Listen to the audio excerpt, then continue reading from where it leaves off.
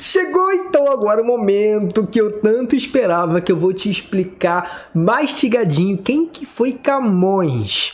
Por quê? Porque se você tiver que fazer alguma questão falando sobre Camões, você vai dizer, cara, eu já sabia de tudo, porque o profinho me ensinou tudo. Então eu tô muito empolgado para seguir essa jornada com você. Eu espero que também você esteja preparado para pegar o conhecimento que eu vou te mostrar. Nesse curso rápido, você vai ver o seguinte, características principais do Camões, só o básico para você conseguir acertar o máximo de questões possível, tá? Não vou ficar aqui horas e horas e horas e horas falando de Camões, não. Por mais que eu goste muito de Camões, por mais que eu tenha estudado muito Camões lá na FRJ, porque minha formação foi português e literatura, eu vou me controlar aqui, eu vou falar só o que é estritamente necessário para você aprender. Então, no seu local de estudos aí tem que ter o quê? Tem que ter papel, tem que ter caneta, tem que ter borracha, tem que ter lápis, tem que ter marca-texto, tem que ter o material que está aqui embaixo desse vídeo, o material das questões, para você fazer questões comigo, beleza? Vai chegar o momento que eu vou dizer assim, galera, faça a questão de número 3. Aí você vai dar o pause no vídeo, vai fazer a questão primeiro, para você tentar acertar sozinho, depois tu vai dar o play no vídeo de novo, para ver se você acertou. Junto com você, pegue uma aguinha, que tem água aqui, uma canequinha, tem uma mensagem para você. Olha essa mensagem, galera. Hoje melhor do que ontem sempre. Hoje tá focando, meninas, tá focando. Muito bom! Agora foca na minha cara e é isso. Vamos lá. Eu tô muito empolgado. Olho na tela, galera. Primeira coisa, vamos colocar aqui no nosso material quem foi Camões. Aí você vai escrever assim, ó, Luís, que é o nome do cara, Luís de Camões. Ah, moleque, muito bom! Primeira coisa que tu tem que saber dele, quem que foi ele? Muito lindo ele! Vamos lá, galerinha. Vou colocar assim, ó, deixa eu colocar assim embaixo. Vamos fazer uma parada bem legal aqui. Ele foi um poeta e dramaturgo português. Ou seja, escreveu poemas, escreveu peças teatrais lá em Portugal, beleza? Deixa eu aumentar um pouquinho o volume aqui para tu ouvir melhor minha voz. Camões, galera, escreveu uma obra que é uma das mais famosas dele.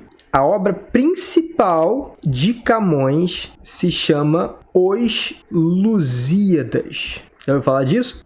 Nessa obra, Os Lusíadas, que foi escrita em 1572, não precisa decorar a data não, tá? Só estou te falando para aumentar o teu conhecimento. Nessa obra, Os Lusíadas, Camões, ele fala sobre grandes navegações. Na verdade, deixa eu colocar aqui embaixo a história dessa obra. Nessa obra, fala sobre a descoberta do Caminho das Índias. Descoberta do Caminho das Índias. Por fim, tem uma novela sobre isso. Tem uma novela sobre o Caminho das Índias, mas não tem nada a ver com Camões. Por Vasco da Gama. Beleza? Vasco da Gama. Muito bom. Tá escrevendo aí, né? Essa obra, galera, ela é considerada uma epopeia. O que é uma epopeia?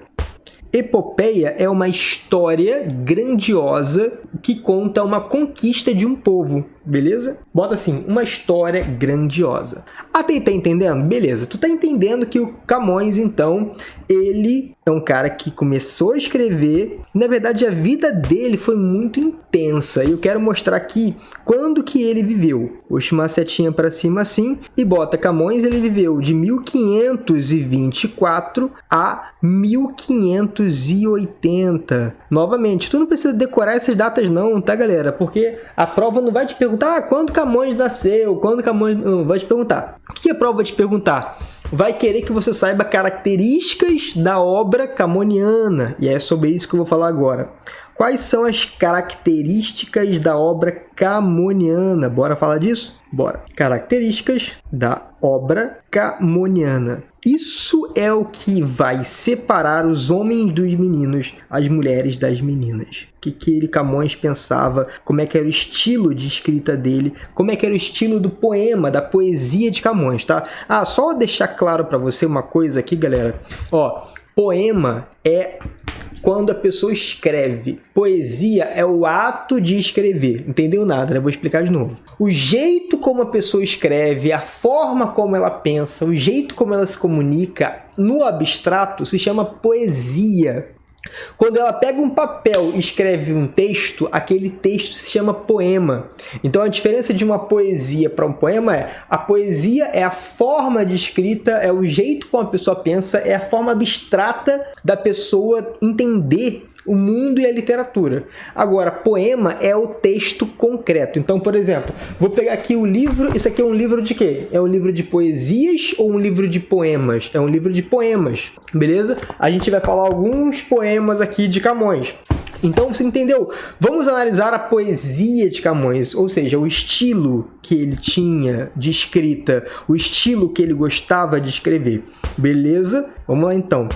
Em Camões, galera, existe o predomínio, olha aí, da visão antropocêntrica.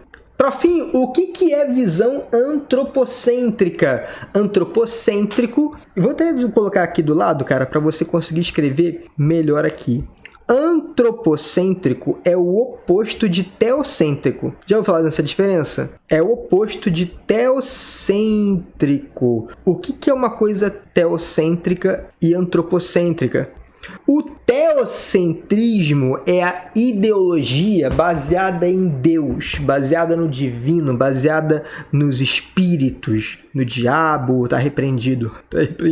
Então aqui, teocêntrico é um modo de pensar baseado no espiritual, beleza? E antropocêntrico, antro, já a tua mãe fala assim, isso aqui tá parecendo até um antro. A minha mãe falava isso, quando eu entrava no meu quarto tava tão bagunçado, que ela falava assim, isso aqui parece até um antro. Antro é um lugar onde as pessoas ficam ali, ficam desarrumadas, ficam uma em cima das outras. Isso é um antro. Antro é um conjunto de pessoas. Então, antro significa pessoa, cêntrico significa o centro. No antropocentrismo, o centro da mentalidade, o centro da ideologia é baseado no ser humano, na pessoa. Então, o foco não é o espiritual, o foco do antropocêntrico é o carnal.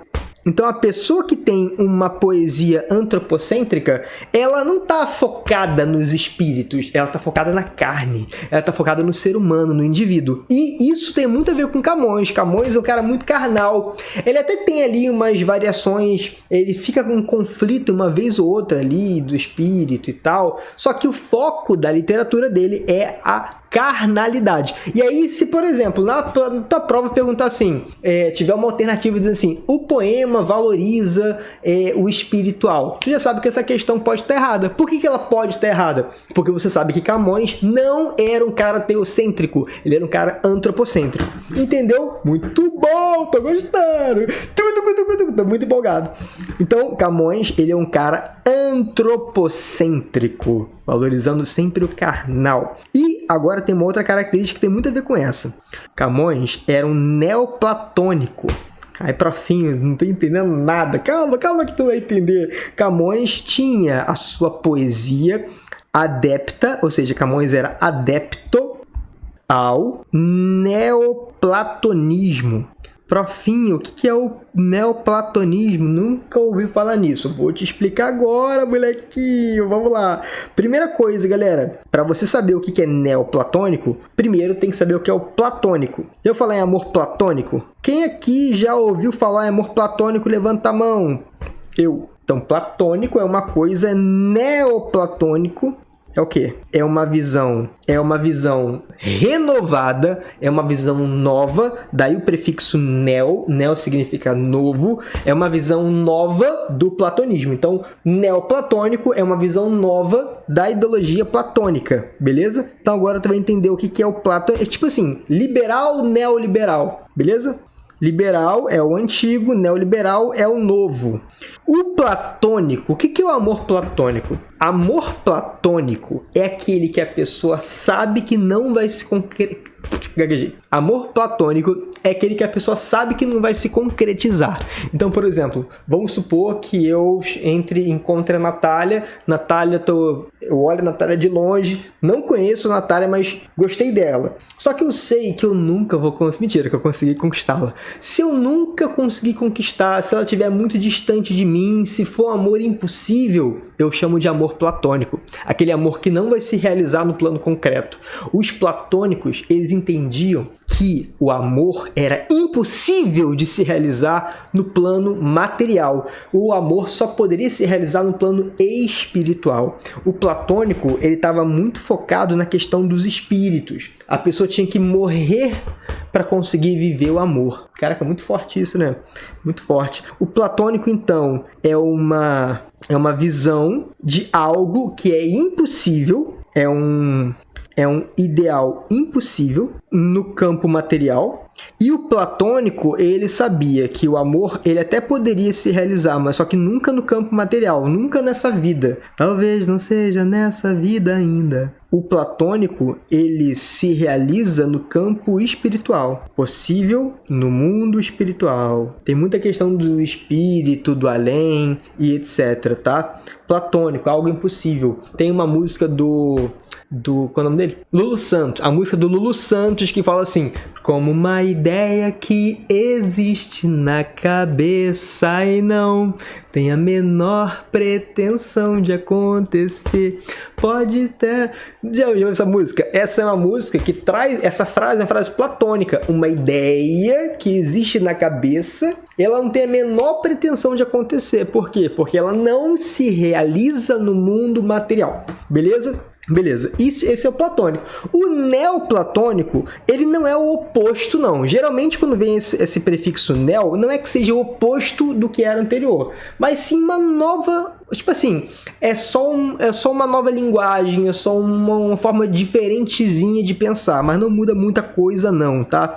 Então, neoplatônico é aquele que ainda entende que o amor é algo impossível.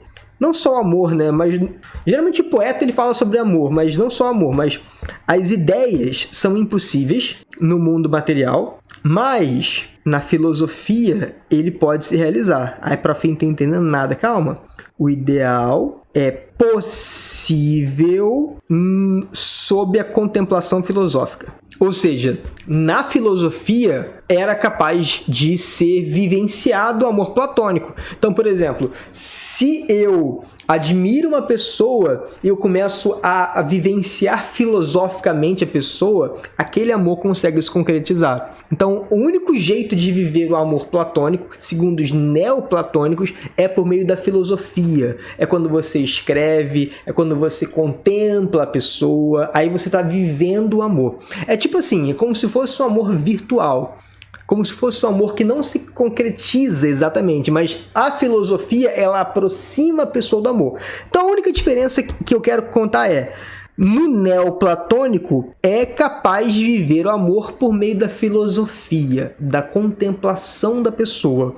No platônico, é impossível. Tu entendeu isso? Outra parada, o neoplatônico, ele abandona o mundo espiritual. O neoplatônico... não é questão que abandona, mas ele não valoriza tanto, não há valorização do campo espiritual. Até pode haver uma coisinha ou outra espiritual, só que não tanto quanto o platônico. Não valoriza tanto o mundo espiritual. Beleza? O fundador do platonismo foi quem? Platão, filósofo grego. Beleza? E o do neoplatonismo não tem o fundador. Foi uma ideologia que começou a surgir a partir do Renascimento. Beleza, galera? Tu entendeu mais ou menos? Entendeu, né? Platônico é um ideal que é impossível de acontecer só na outra vida, só por meio do mundo espiritual, só por meio dos espíritos, só por meio da morte. Beleza? O neoplatonismo não espera a morte. Você pode viver esse amor por meio da filosofia, da contemplação. Você pode olhar a pessoa, você pode imaginar a pessoa dentro da tua visão filosófica, beleza? Na filosofia é possível, no neoplatonismo. É isso, galerinha. Show de bola, então.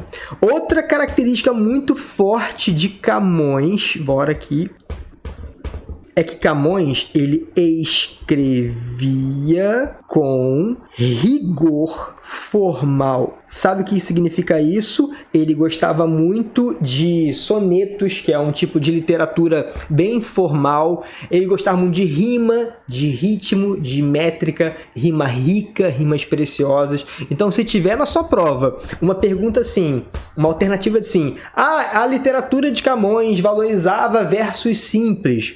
Não, valorizava versos complexos. A literatura de Camões valorizava versos livres, não, versos metrificados. Beleza? Sempre com rigor formal. Ele gostava muito de escrever poemas que tinham métrica, rima, ritmo, escansão, era tudo assim.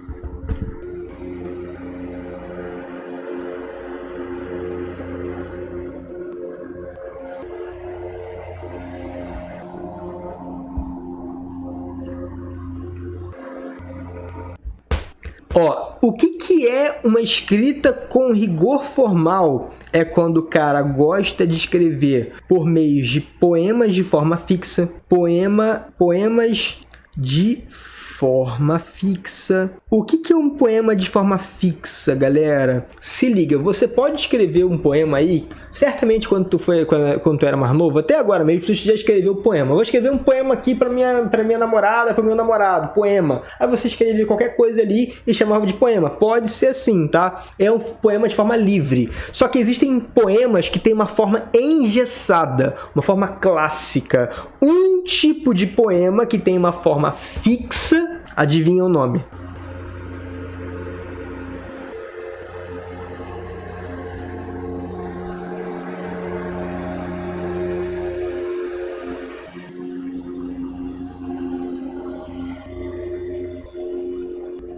Se chama soneto. O soneto, ele é um tipo de poema que ele é padronizado, tá?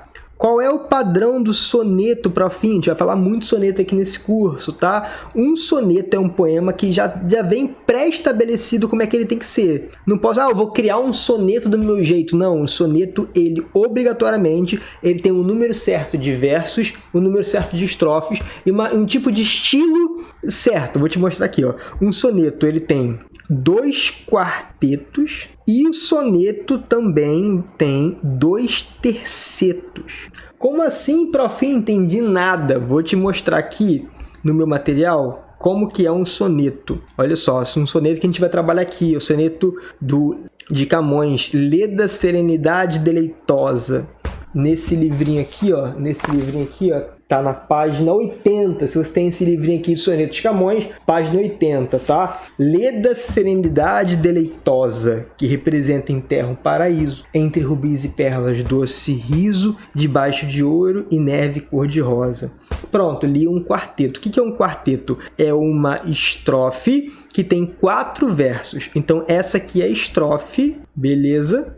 Dentro dessa estrofe eu tenho 1 verso, 2 versos, 3 versos, 4 versos. Então a gente vai chamar essa estrofe de quarteto, beleza? Então ela tem 2 quartetos, 2 estrofes de 4 versos. E também tem 2 tercetos, 2 estrofes de 3 versos. Ok? Entendeu o que é um soneto? Um soneto, galera, ele tem essa estrutura fixa. Não tem como ter um soneto com 2 versos só em cada estrofe. Não, tem que ter essa estrutura aqui. Profinho, parece muito com os poemas do Vinícius de Moraes. Sim, Vinícius de Moraes também escrevia muito soneto. Tem lá o soneto de fidelidade, o soneto de todo o meu amor seria atento antes e tanto e com tal zelo e sempre. Caraca, muito bonito. O poema assim, ó. De tudo ao meu amor seria atento antes e com tal zelo e sempre tanto, que mesmo em face do meu maior encanto, delas e gaguejei, esquece. Tá, vamos lá. Ok, galerinha, muito bom, cara. Eu vou recitar um poema depois pra você com calma, que eu tô gago. Hoje eu tô gago. Muito bom, galerinha. Então se liga. O Camões gostava muito também de escrever com métrica. O que é métrica, profinho? Métrica é quando o poema ele tem um número de sílabas contado. O cara, quando vai escrever um verso, ele não escreve aleatoriamente. Ele escreve contando o número de sílabas. Profinho, que coisa doida. Será que tem gente que escreve contando o número de sílabas? Sim. Quando eu escrevo contando o número de sílabas, eu chamo isso de métrica, metro. Ele tem um tamanho certo. Só que essas sílabas não são as sílabas normais que você vê assim, sei lá, Vinícius, Vinicius. Não é essa sílaba da gramática, é sílaba poética. Daqui a pouco eu vou mostrar como é que você conta a sílaba poética, tá? Beleza. A métrica, então, galera, é quando os versos têm 10 sílabas poéticas. Quando o verso tem 10 sílabas poéticas, ele recebe um nome, tá? Ele é chamado de verso decassílabo. Tem também outros tipos de verso. Tem um verso com 12 sílabas poéticas, tem um verso com 8 sílabas poéticas, cada um recebe um nome. O verso com 10 sílabas poéticas recebe o nome de verso decassílabo. Não vou explicar para vocês todas as classificações de verso, porque não importa para a nossa prova.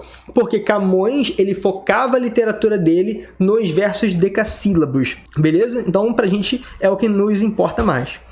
Camões também gostava muito de escrever usando rimas, beleza? Então, se da tua prova tiver assim, ó, a literatura de Camões desvalorizava a rima, tu já sabe que tá errado, que pode estar errado. Nada é certo, nada é errado, tem que analisar tudo, mas existe uma grande chance de uma questão que ignora sílaba, que ignora rima, ignora métrica, que ignora soneto, ela não tem a ver com Camões, então ela não é o gabarito, entendeu a parada?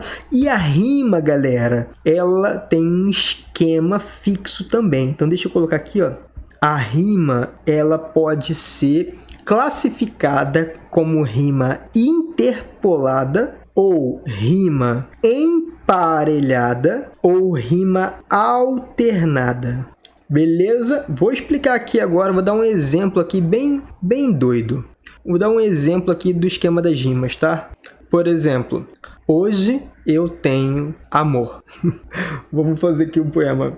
Amanhã eu vou cantar o canto da minha dor para minha alma curar. Olha que poema lindo que eu criei agora aqui no improviso para você, olha! Então, você vai ver o seguinte, ó, tem rima aqui, né? O que é rima? É quando o finalzinho combina no final dos versos. O final da palavra, amor, vai rimar com dor. Aí, eu vou mostrar para você uma parada. A gente vai dizer o seguinte, vamos dar um nome para essa primeira terminação, vou chamar de A. Onde que ela tá rimando? Tá rimando com amor. Então, eu vou chamar esse de A, tá vendo? Estão rimando juntas, então, cada uma que combina, eu vou chamar de A. A segunda, vou chamar de B, o cantar. Tá vendo aqui? Cantar. Vou chamar de B. E cantar tá rimando com curar. Beleza? Chamei de B. Então, a gente vai dizer que essa rima é no estilo AB, AB. Tá vendo? AB, AB. Rima AB, AB. Quando a rima é AB, AB, a gente chama de alternada. Por que, profinho? Porque alterna, tá alternando. Numa sílaba rima o amor, na outra rima o cantar. Então tá alternando estilo de rima. Rima alternada. Então rima alternada é no estilo AB, AB. Beleza? Agora vamos supor, vou pegar esse aqui, vou dar um exemplo agora de outro tipo de rima. Vou aproveitar esse mesmo poema que eu achei bonitinho, tá? Vamos inverter esse aqui, fazer o balaio de gato. Inverter isso aqui. Vamos supor que seja assim, ó. Hoje eu tenho amor, o canto da minha dor.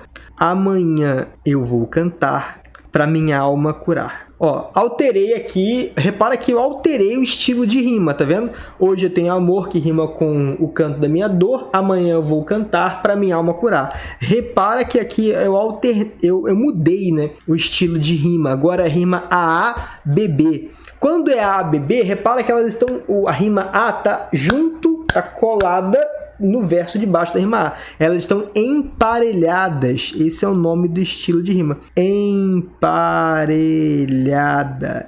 Rima emparelhada é quando os versos estão colados um embaixo do outro. E quando não tiver colado, quando tiver um separadinho do outro assim, é alternada, beleza? Então a rima emparelhada é no estilo uma rima coladinha na outra. O A cola com A, o B cola com B. A, B, B.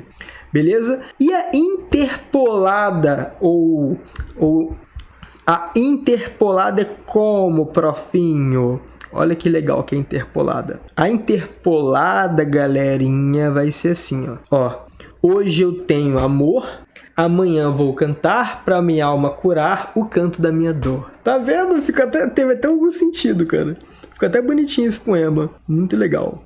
Ó, repara que aqui eu tenho o A, depois tem o BB, depois tem o A. A gente vai chamar essa rima de interpolada. Interpolada, beleza? ABBA.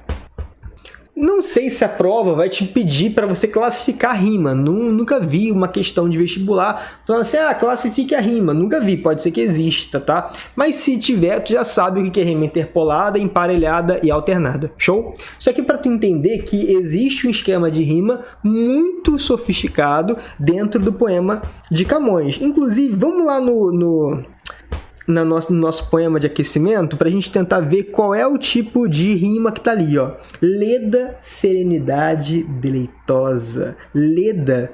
Para fim, o que é leda? Uma coisa muito legal do poema é que ele exige um vocabulário de você absurdo.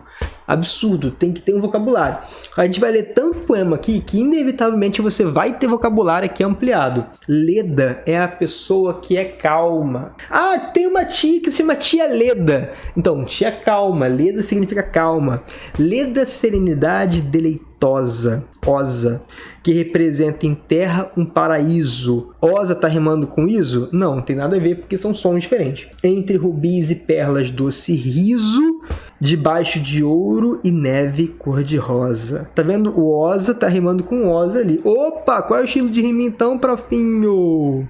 Qual é o estilo de rima? Iso tá rimando com iso, então se liga. Aqui eu tenho a rima A, depois ela combina com A. O B combina com B. Qual é o estilo de rima ABBA? Rima interpolada. E geralmente, quando é no primeiro verso assim, em todos os versos já se mantém também, tá? Geralmente o estilo o esquema de rima, ele é pro poema todo, interpolada. Vamos ver mais um aqui. Presença moderada e graciosa, onde ensinando estão despejo e siso. Siso significa juízo, tá? Juízo, a mulher ajuizada. Tem o dente siso, que é chamado de dente do juízo. Siso é uma pessoa, uma característica de alguém que tem juízo. O que é uma pessoa sisuda? Uma pessoa com juízo demais. E rima com aviso e rima com fermosa. Fermosa é formosa, pessoa bonita, tá? Então, de novo aqui, ó, esquema de rima A, B, B, A. Esquema de rima interpolada também. Esse vai seguir o poema todo. Beleza, galera? Entendeu então o estilo de rima desse poema?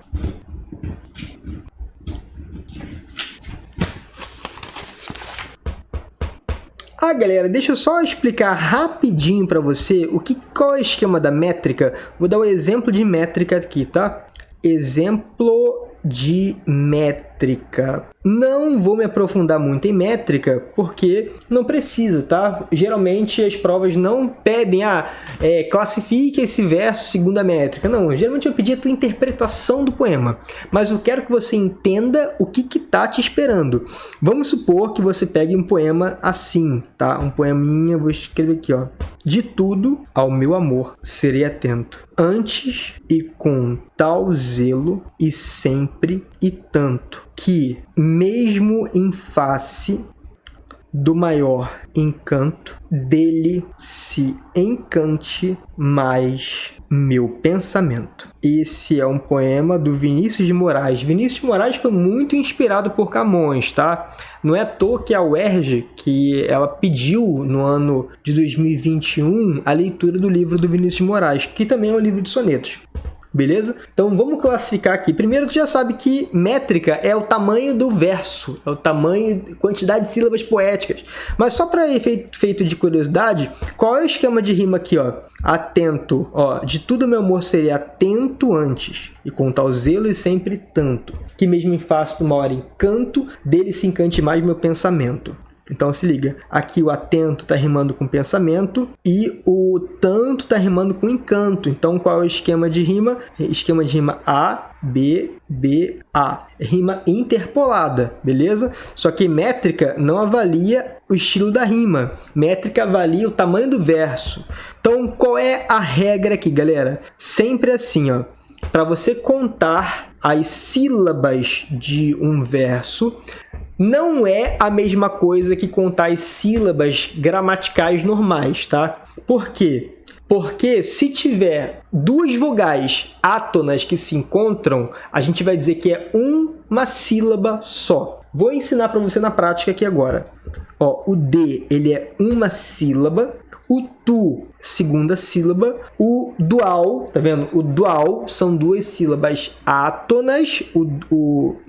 O do com al, duas vogais átonas que se encontram. Então a gente vai dizer que aqui eu tenho uma terceira sílaba poética. Ah, mas para fim, são duas sílabas, o do é uma sílaba, o al é uma sílaba. Na gramática normativa é assim. No poema a gente conta diferente, tá? Dual, de tudo dual, de tudo dual. Fala junto. Tudo que eu falar junto é considerado uma sílaba poética. De, eu falo separado. Tu, eu falo separado. Dual, eu falo junto. Então, dual vai ser uma sílaba só. Meu. De tu, dual, meu, 4. A, 5. Por que eu separei? Porque eu não falo meua. Eu não falo meua, eu falo meu amor. Então, se eu falo meu, depois o A, então são duas sílabas separadas. Mor, 6. C, 7. Rei, 8. A, 9. Tem 10. Ué, para fim, tem 11. Se liga, tem uma regrinha na contagem da sílaba poética que é: eu sempre termino de contar na última sílaba tônica da palavra. Ó, a última sílaba tônica é o tem. Atento. Então, tem é a última sílaba tônica. Eu não conto o to. É como se o to não existisse. Beleza? Então, a contagem da sílaba poética sempre para na última sílaba tônica. Então, vamos recapitular? Sempre junto as sílabas que eu pronuncio junto. Se eu pronuncio as sílabas junto, elas são uma única sílaba poética. Eu sempre conto até a última sílaba tônica. Beleza? Então, esse verso, ele tem 10 sílabas poéticas, tá? A gente vai dizer, então, que esse é um verso decassílabo. Beleza? Vamos ver se tu entendeu? Vamos. Olha aqui o próximo.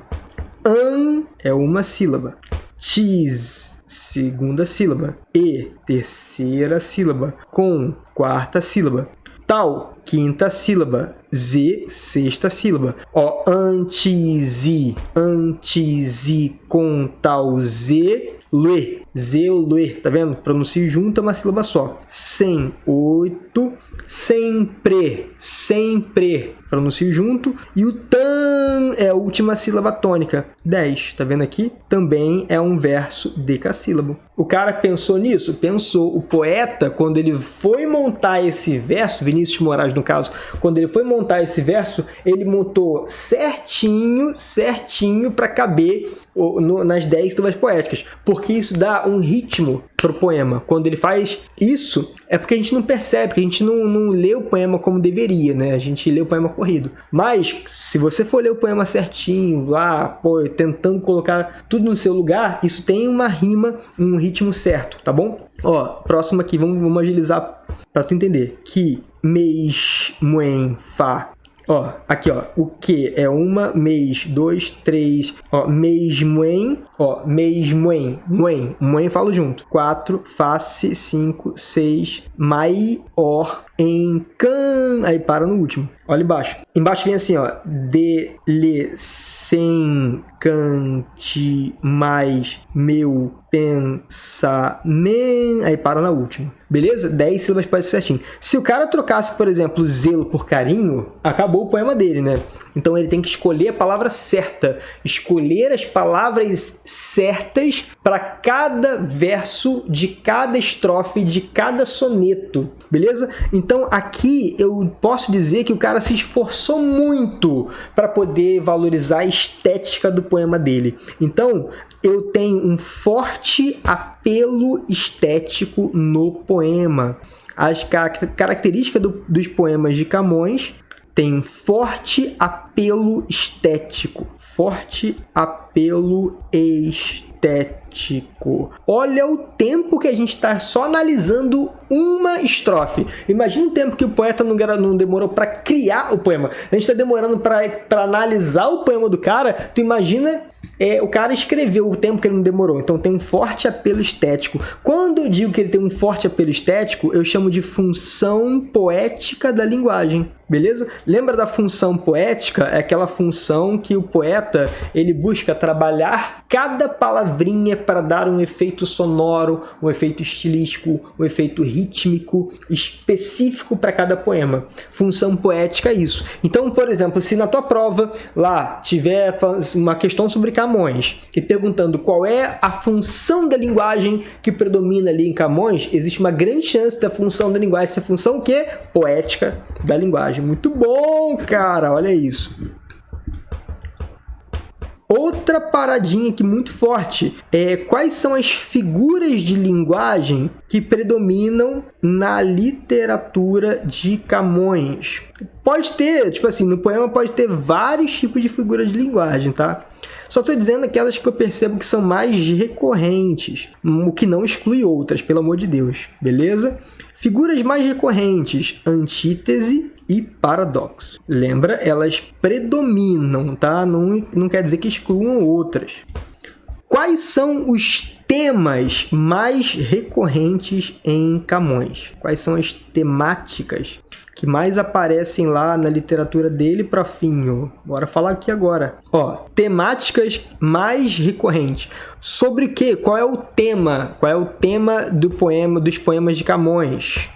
O desconcerto no mundo, ou seja, ele desiludido para o rumo que o mundo está tomando, as pessoas são difíceis, o amor é impossível só pela filosofia e etc. Mudanças da vida, a vida muda muito rápido. Mudanças, efemeridade, ou seja, passa muito rápido a vida. Transitoriedade também.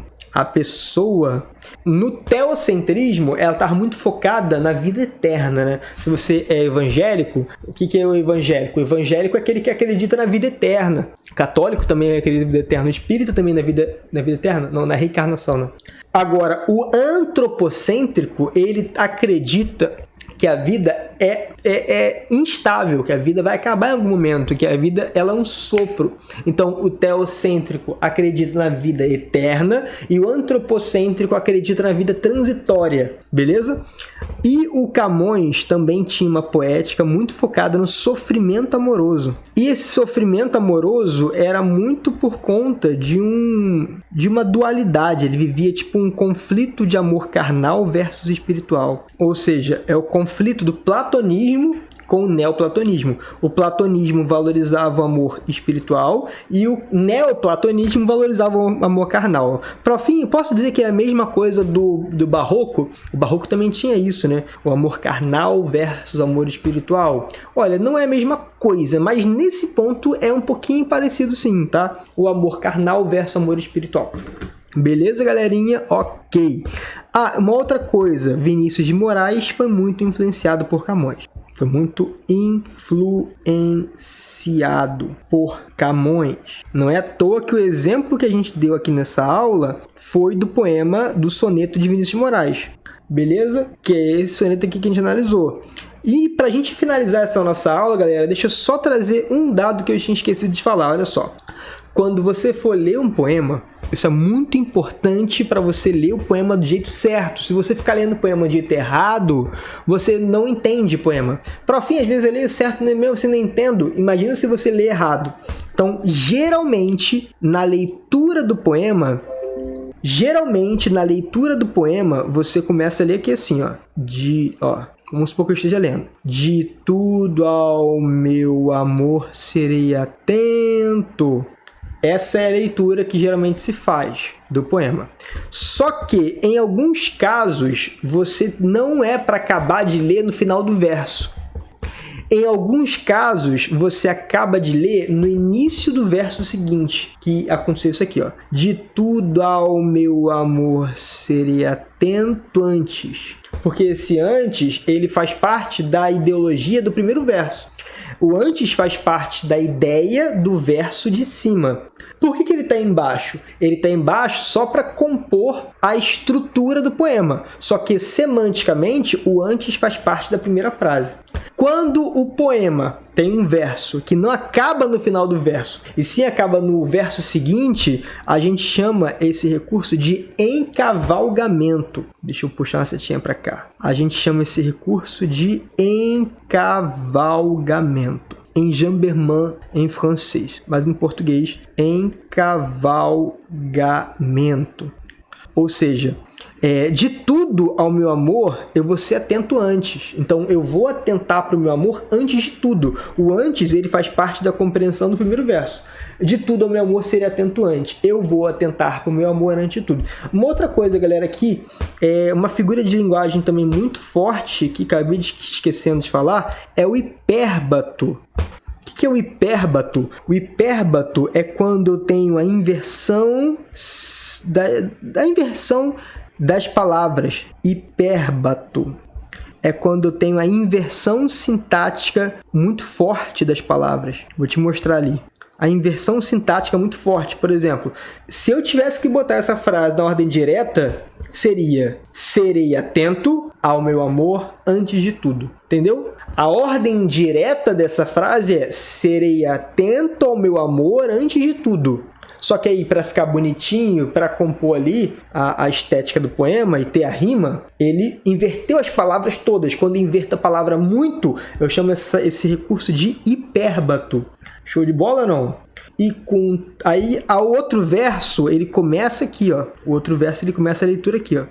E com tal zelo e sempre tanto. Aí eu já acabo de ler no finalzinho mesmo. Aí começa a leitura do próximo verso aqui, ó. Que mesmo em face do maior encanto, dele se encante mais meu pensamento. Show de bola? Então você entendeu como é que lê esse poema? Como é que eu vou saber disso? Vou saber disso lendo, não tem jeito. Vamos ler o poema aqui da... Faz o seguinte, vamos dar uma pausa agora para tomar uma água, para tu refrescar tua cabeça aí, e daqui a pouco a gente volta para fazer aquela questão sobre aquela questão de aquecimento do poema de Camões. Bora, bora, bora, bora, bora, muito bom, muito bom!